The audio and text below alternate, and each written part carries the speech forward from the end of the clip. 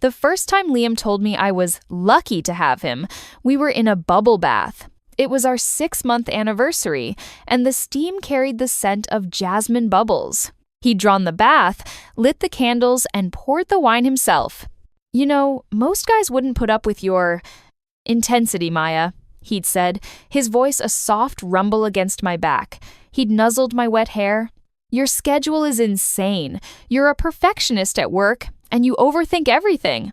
You're lucky I'm so patient. I'd laughed, a little tipsy on champagne and affection, and twisted to kiss him.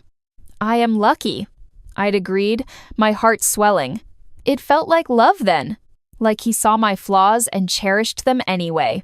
That was 18 months ago. Now, the words didn't feel like a loving embrace. They felt like a cage.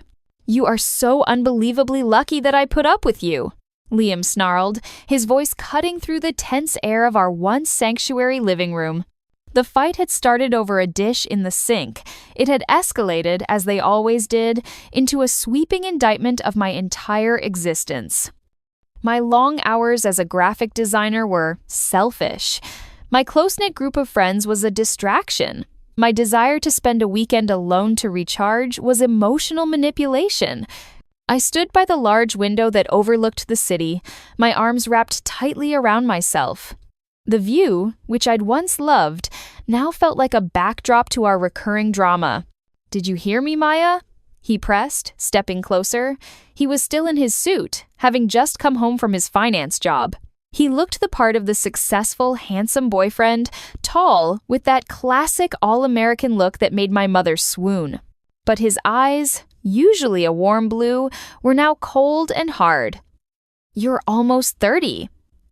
The dating pool for women your age is a barren wasteland. You think anyone else is going to tolerate this?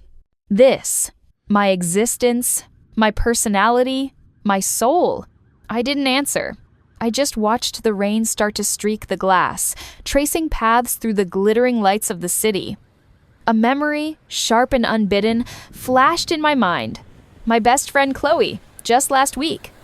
He talks to you like you're a problem he has to solve, Maya, not like the woman he loves. I defended him, of course. He's just stressed from work. He doesn't mean it. But the cracks were becoming chasms. The man who had once called my ambition sexy now rolled his eyes when I had a late-night deadline.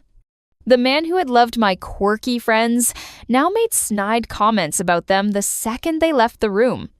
My world had been slowly, methodically shrinking to fit the confines of his approval. I'm going to Alex's lake house for the guys' weekend, he announced, changing the subject as if the brutal character assessment had never happened. This was his pattern. Drop a bomb, watch the shrapnel fly, then walk away unscathed. We leave Friday after work. I finally turned to look at him. The storm in his eyes had passed, replaced by a placid, entitled calm. He'd said his piece and was now moving on.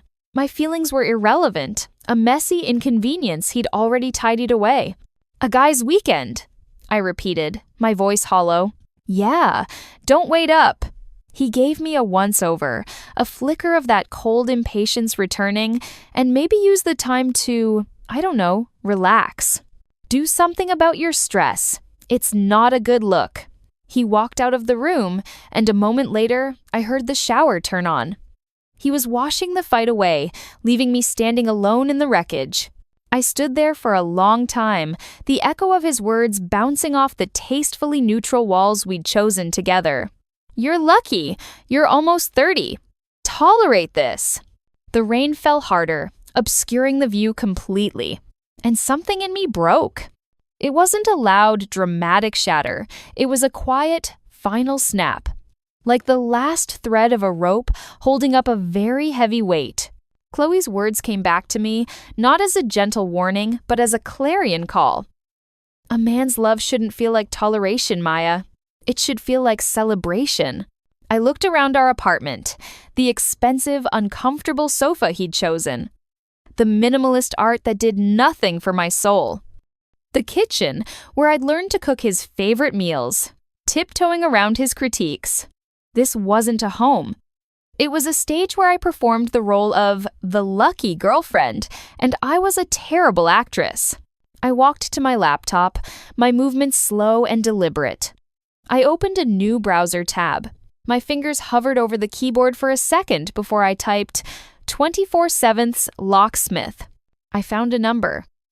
I took a deep, shuddering breath, the first full one I felt I'd taken in months, and I pressed call.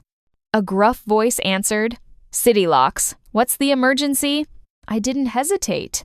My voice was clear, steady, and utterly unlike the hollow whisper from minutes before.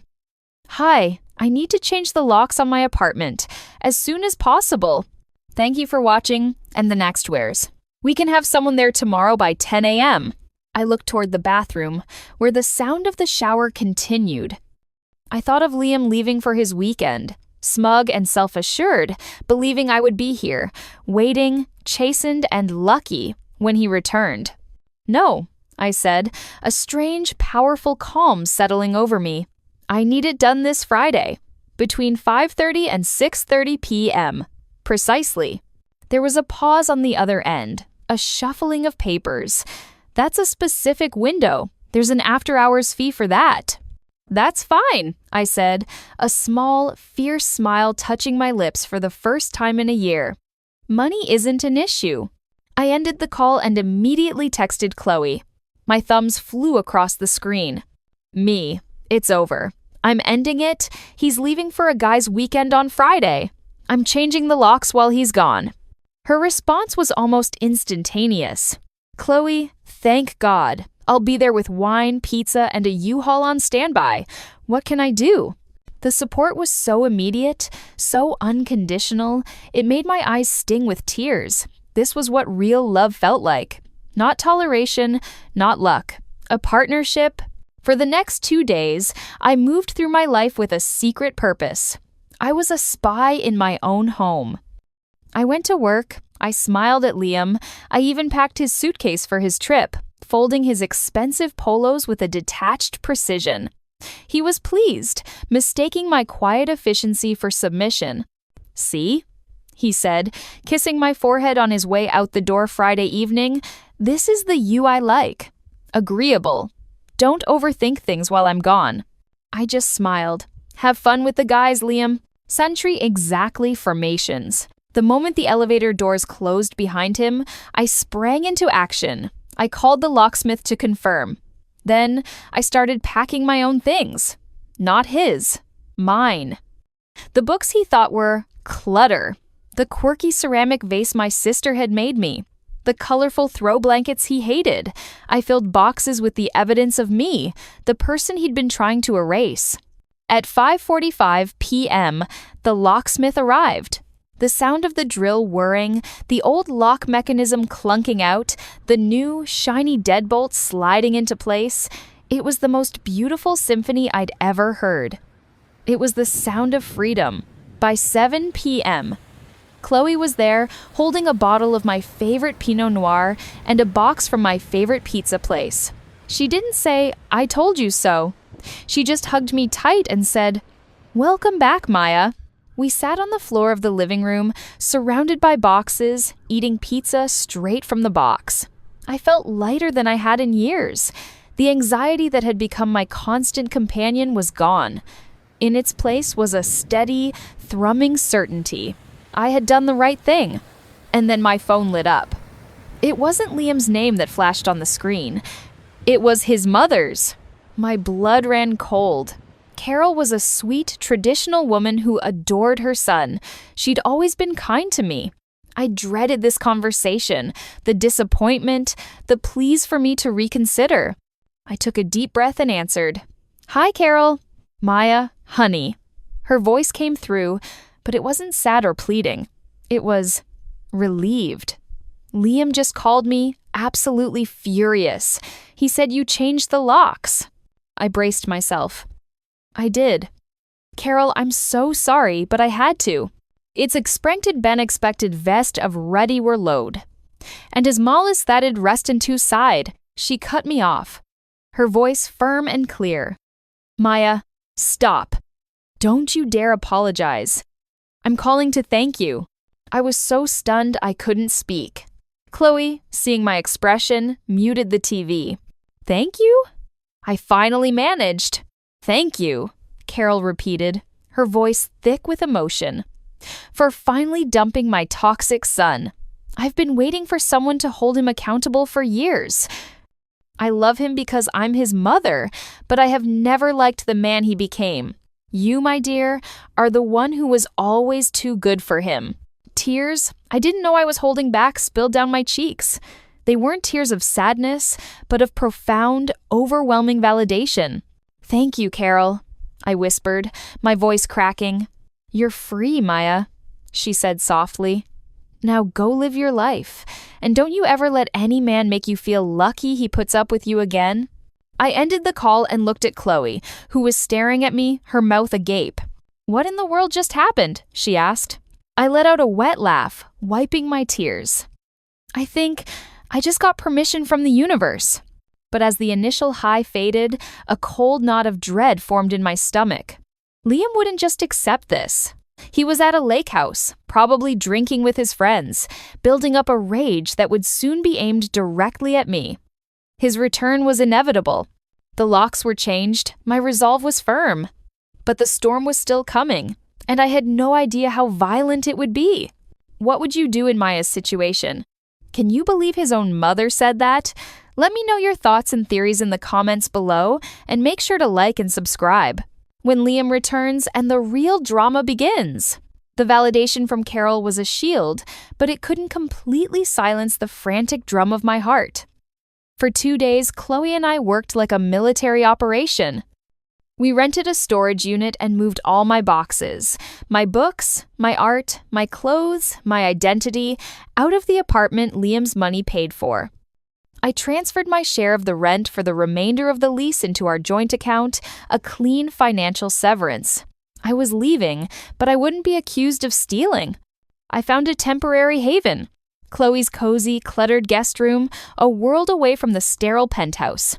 It smelled like coffee and old books, and for the first night, I slept for 12 hours straight, the deep, heavy sleep of the profoundly relieved. The calm broke on Sunday evening. My phone exploded. Not with calls, he knew I wouldn't answer, but with texts. They lit up my screen in a violent, scrolling cascade. Liam 7, 2 p.m. What the hell, Maya? My key doesn't work. Liam 7, 3 p.m. Are you seriously this childish? Let me in, now. Liam 7, 5 p.m. My stuff is in there, my work laptop. My passport. Liam 7:10 p.m. I'm calling the police. This is illegal. I took a screenshot of the rent transfer and the text I'd sent the building superintendent, informing him of the lock change for my safety, and sent it to Liam. Me, 7:12 p.m. Your belongings are packed and can be collected with 24 hours notice, supervised by the building super. My lawyer will be in touch. Do not contact me again. The typing bubbles appeared, disappeared, and appeared again, a digital tantrum. The next message was a wall of text, a masterpiece of manipulation and venom. Liam, 7:15 p.m. You psychotic bitch. You planned this. You're a spiteful, crazy woman, and you've just made the biggest mistake of your life. You'll be crawling back when you realize no one wants a used-up, hysterical 30-year-old. You're nothing without me. Nothing. Enjoy being alone and poor. You're a dead woman walking. I didn't reply. I blocked his number. My hands were trembling, but my resolve was granite. He had shown me the monster, and I was finally brave enough to believe it was real. The next phase was quieter, more insidious. His friends started following me on social media. My Instagram DMs were flooded with messages from accounts I didn't know. Heard you went off the deep end, Maya. Sad. Liam was too good for you anyway. Gold digger. You'll regret this. It was a smear campaign designed to intimidate and isolate me. It was also a massive miscalculation. It only made my lawyer, a sharp, no-nonsense woman named Miss Flores, move faster. A week later, as I was settling into my new freelance rhythm at Chloe's kitchen table, my phone rang. It was an unknown number. Against my better judgment, I answered. Maya? It was Alex, Liam's best friend and the host of the infamous Guys Weekend. His voice was strained. Look, I need to talk to you. I have nothing to say to you, Alex. Tell Liam to go through my lawyer. It's not about that, he said quickly. It's about what happened at the lake house. After you know. I stayed silent, urging him to continue. He sighed, a heavy, weary sound. He trashed my guest room, Maya. Put his fist through a wall. He was screaming, the things he said about you. It was unhinged. I've known him since college, and I've never seen him like that. We all saw it. He paused. I'm telling you this because I'm sorry. We all are. We saw how he talked to you sometimes, and we never said anything. We thought it was just Liam being Liam. We were wrong. The apology was a surprise, but the confirmation was everything. There were witnesses. They saw the mask slip. Thank you for telling me, Alex, I said quietly, and hung up. The final piece fell into place 2 days later. I was meeting Miss Flores to sign the official paperwork to file for a restraining order, bolstered by Alex's testimony and the torrent of abusive texts.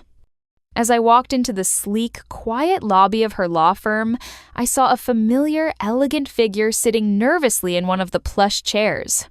Carol! She stood up when she saw me, her hands clasped tightly. Maya, I hope you don't mind. I asked your lawyer if I could see you. Miss Flores gave me a slight, reassuring nod from the doorway. Carol, what is it? I asked, my guard up. I have something for you. She opened her expensive leather purse and pulled out a small velvet box. I recognized it instantly. It was his grandmother's necklace, a beautiful, delicate heirloom he'd once told me he'd give me when we got engaged. My stomach twisted. I found this in his safe, along with other things, she said, her voice trembling with a mixture of anger and shame. She pressed the box into my hand. It's not an apology. It could never be. But it's yours. He stole it from you. I was confused. Stole it? Your peace, Maya. Your spark. Your confidence. Tears welled in her eyes. I saw him do it, year after year, with me, with his father, and then with you. He drains people. He makes you feel small so he can feel big. I tried to raise him right, but some sickness in him took root anyway. She took a shaky breath. Taking this necklace back from him is the smallest piece of justice. But there's more. She looked me dead in the eye. I am testifying for you. For the restraining order, I will stand in that courtroom and tell the judge what my son is. I am his mother, and I am your witness. The world stopped. In that moment, Carol wasn't just my ex-boyfriend's mother. She was a warrior. She was choosing truth over blood. The official hearing was a quiet, procedural affair. Liam, advised by his own expensive lawyer, didn't show up to contest it. He knew he would lose. The judge granted the order for 1 year, citing the egregious and threatening nature of the communications. The victory was hollow, but necessary. It was a piece of paper, but it was a paper shield granted by the law. I thought that was the end. I started to build my new life, my real life. I took on clients I loved. I reconnected with the friends I'd neglected. I went on a few awkward, hopeful dates where the men actually asked me questions about myself.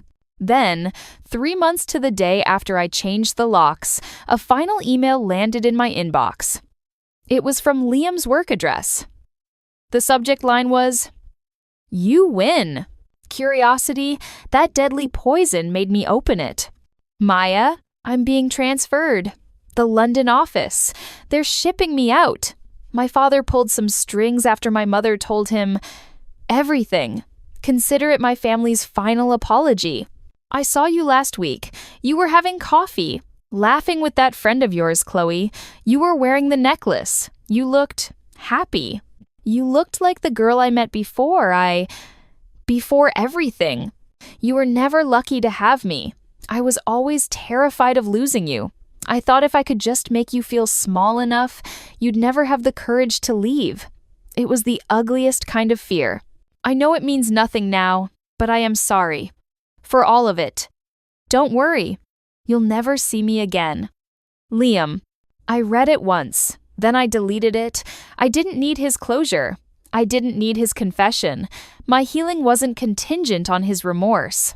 I closed my laptop and looked out the window of my new, small, perfect apartment, the one I paid for with my own money, decorated with my own things. The sun was setting, painting the sky in hues of orange and pink. I touched my grandmother's necklace, the real one my own grandmother had left me, which I dug out of storage, feeling the familiar metal warm against my skin. He was wrong. I hadn't won. Winning implies a game, and what he put me through was a war for my own soul. I hadn't won. I had simply and finally set myself free. What did you think of that ending? Was Liam's apology enough? Let us know your final thoughts in the comments, and if this story resonated with you, please like, subscribe, and share it with someone who might need to hear it. Your support means everything.